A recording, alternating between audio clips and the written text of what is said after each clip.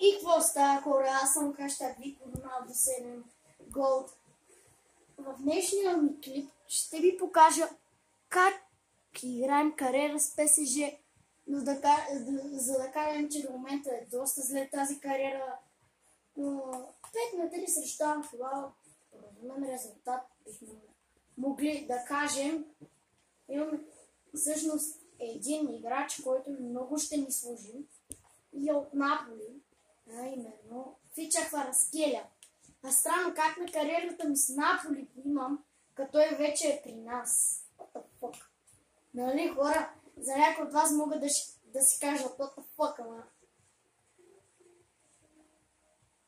Чакайте, всъщност аутосейф е кои, брат? За мъничко. Така, приятели, исках да направя леки промени, защото да го направя 3 минути, за да може да гледате целия матч. Сега... what the fuck? Не, няма да остане време, хора, аз ви казвам. Хорица, казвам ви, няма да остане никакво време, все пак имаме 2 минути. Те лесно, трудно ще минат. И няма нищо тук. Ще направя и втора част, ако ви изкефим това видео. След това, както виждате, не! О май гад! Кристиано Роналдо във Ал Назар, човек. И нямаме никакъв шанс, братле. Никакъв шанс, хора.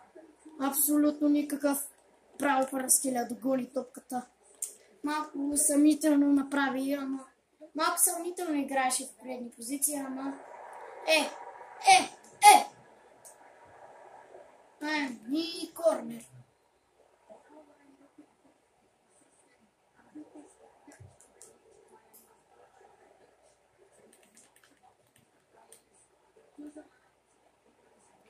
Знаете, че ще има и продължение на този клип, така че не сте изгубили нищо. Уау, браво бе, Донарума! Какво спасяване тук на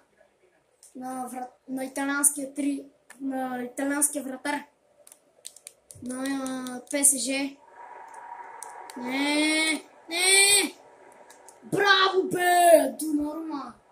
Хора, всъщност сам корнер ли ще се бием или всъщност, хора, не знам.